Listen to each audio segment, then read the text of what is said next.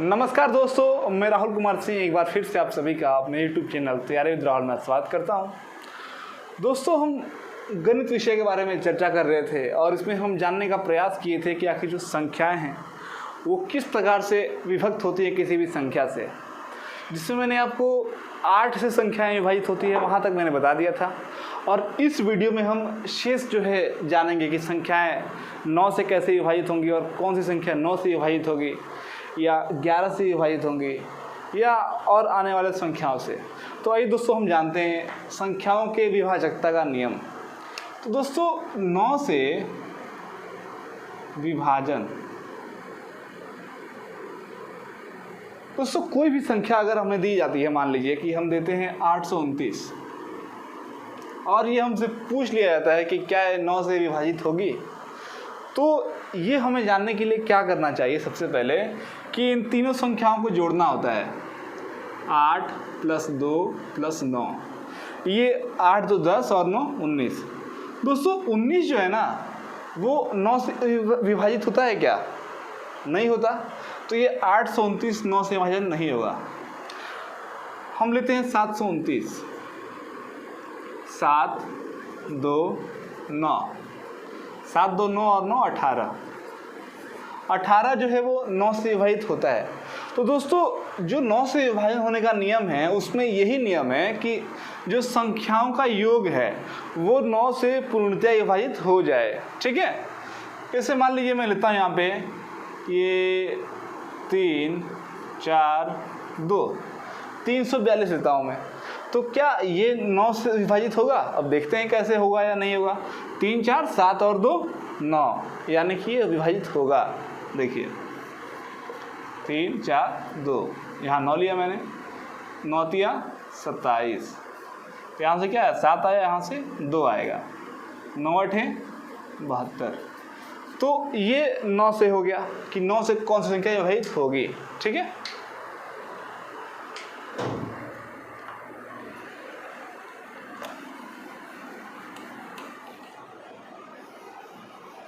अब दोस्तों बात आती है कि 9 के बाद 11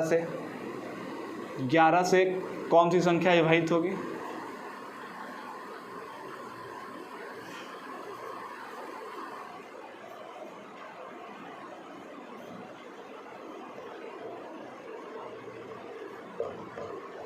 तो दोस्तों देखिए किसी भी संख्या में, जैसे मान लीजिए मैं लिखता हूँ 7 2 4 2।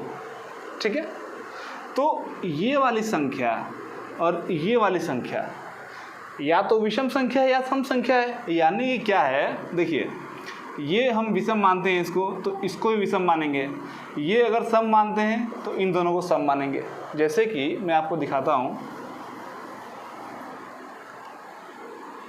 कि 11 से विभाजित होने के लिए हम 7 3 4 3 चाहे 4 8 ले लेते हैं। ठीक दोस्तों, 11 से विभाजित होने के लिए संख्या के लिए क्या आवश्यक है, ये चीज़ देखिए। जो इनका सम और विषम संख्या है ना, सम और विषम संख्या,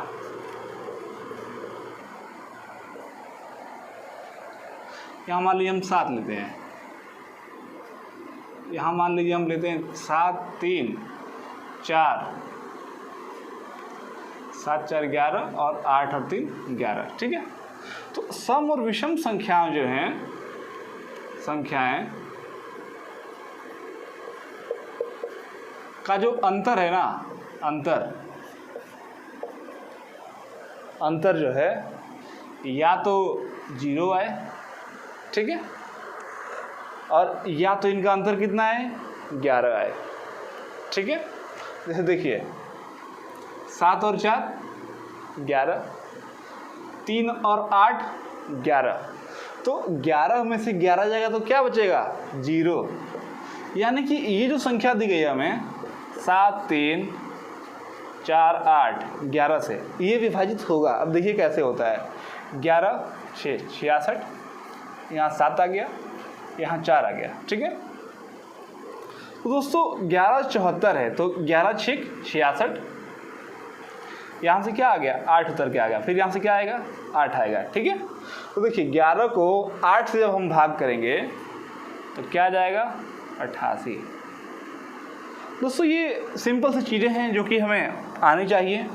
अगर हम संख्या पद्धति कर रहे हैं तो ये बहुत ही अहम हो जाता है हमें आने वाले सरलीकरण और सिंप्लीफिकेशन सवालों के लिए। ठीक है, अब थोड़ा टिपिकल चीज़ें देखते हैं। मान लीजिए कि कोई संख्या है, हमें पता करना है कि 15 से विभाजित हो रही है कि नहीं, या कोई संख्या 18 से विभाजित हो रही है कि नहीं, या कोई संख्या 21 से विभाजित हो रही है कि नहीं। ठीक है, तो ऐसे कॉम्प्लिकेशंस हमारे सामने आते हैं धीरे धीरे। और देखिए क्या करना होता है ऐसी संख्याओं के लिए। एक मैंने आपको बताया था अभाज्य संख्या,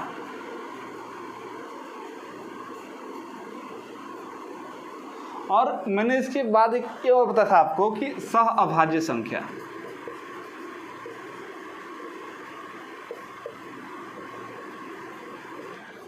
जब दो संख्याएं हमें गिवन होती है जिसका HCF या हाईएस्ट कॉमन फैक्टर जो है क्या हो, 1 हो, वही क्या होती है सह अभाज्य संख्याएं होती हैं। जैसे कि मान लीजिए 15 की बात हो रही है यहाँ पे ना, 15, तो 3 और 5।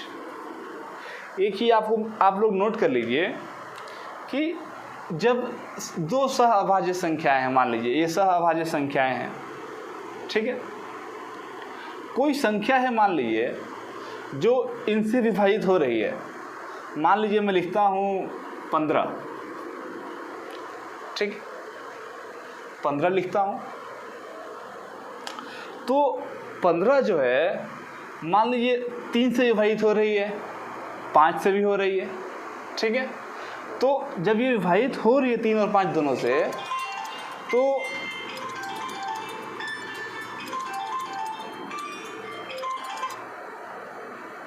दोस्तों 3 और 5 से विभाजित हो रही है कोई संख्या मान लीजिए, तो 15 से विभाजित होगी।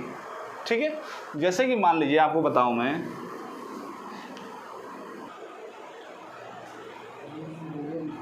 तो दोस्तों मान लीजिए कोई संख्या AB है,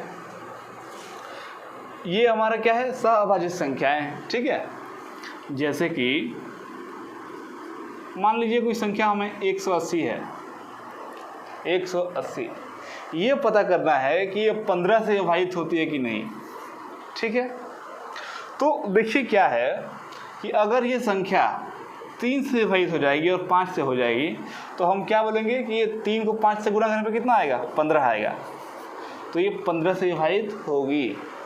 ठीक है, जैसे कि मान लीजिए 180 है ना, 3 6 18 कट जाए 0 0, 60 बार में जा रहा है। इसके बाद 180 है, हम 5 यहाँ मान लेंगे, 5 या 15, 3 0, 5 30। ठीक है, ये भी आ गया। तो क्या है कि अगर हमें संख्याएं गिवन है, मान लीजिए कि 15 से विभाजित होगा, ये 18 से होगा क्या नहीं होगा, 21 से होगा कि नहीं, तो कैसे हो देखिए। अब 18 के लिए क्या करेंगे हम, 18 के लिए हमारे कोएफिशिएंट फैक्टर होंगे 2 और 9।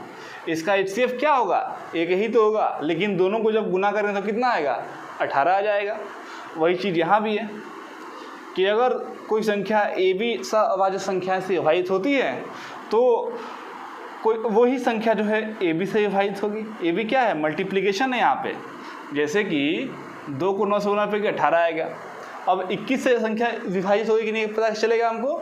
देखिए 3 और 7, 3 7 गुना पे कितना आएगा 21 आएगा। ठीक है दोस्तों, तो ये तो जनरल से चीज़ें हैं जो कि हमें पता होना चाहिए ही चाहिए। ठीक है,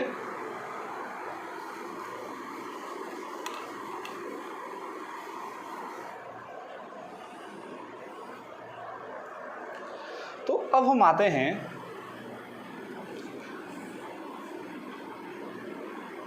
भागफल, भाज्य, भाजक और नीचे क्या है शेषफल है।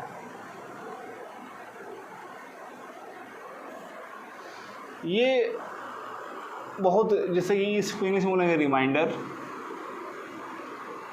ठीक है, डिवाइडेंड, ठीक है, ये सब चीज़ें होती हैं दोस्तों।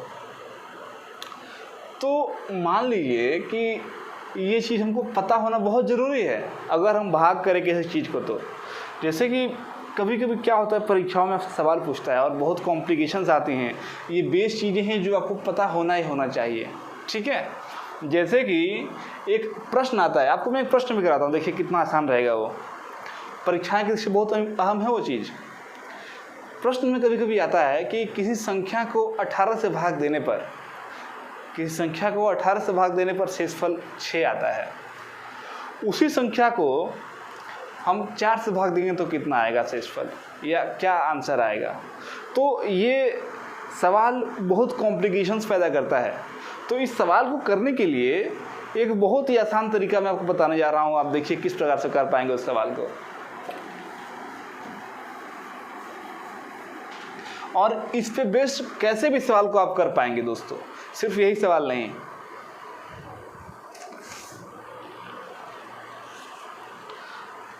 एक सवाल है दोस्तों कि किसी संख्या को 5 से भाग देने पर शेष 3 रहता है।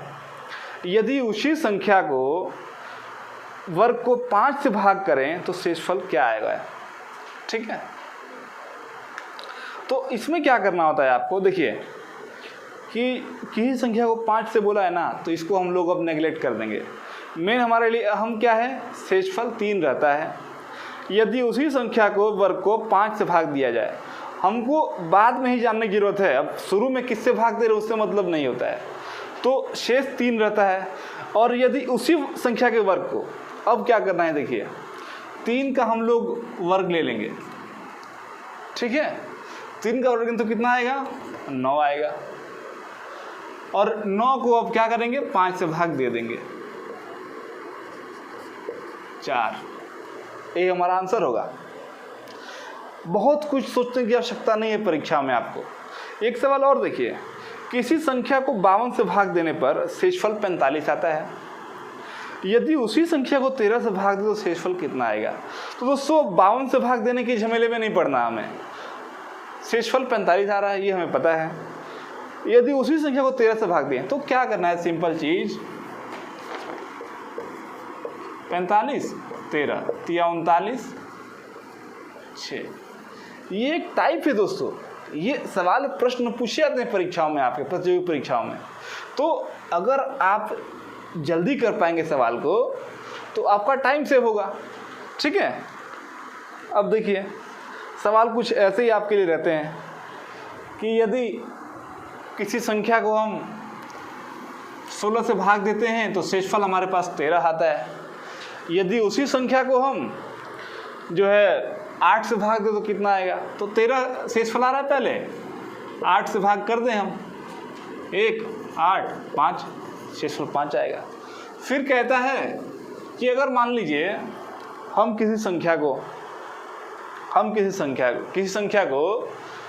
7 से भाग देते हैं तो शेषफल जो है हमारा 3 आता है। 7 से भाग देने कितना 3 आ रहा है। यदि उसी संख्या के क्यूब को 4 से भाग दें तो कितना आएगा। अब देखिए 3 का क्यूब हम देख लेंगे, कितना आएगा, 27 आएगा। अब 27 को 4 से भाग देना है, सिंपल है आपके लिए ना। कितना होगा, 4 6 24 3। तो ये शेषफल पूछता है आपसे परीक्षाओं में अधिकतर।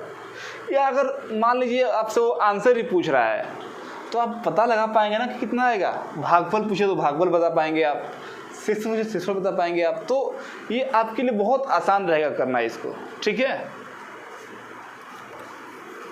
दोस्तों। ये मेरा आज का वीडियो जो बहुत छोटा सा रहा, मैंने आपको ये बताने का प्रयास किया इसमें कि आप किस प्रकार से प्रश्नों को करेंगे। और ये मैंने आपको एक ही टाइप कराया आज। और आने वाले वीडियो में मैं आपको बताऊंगा कि किस प्रकार से जो है संख्याओं को अवरोही क्रम और आरोही क्रम में हमें करना होता है, अरेंजिंग और डिसेंडिंग ऑर्डर, जो कि बहुत ही अहम रहता है। ये हमारा अगला टॉपिक होगा मैथ में।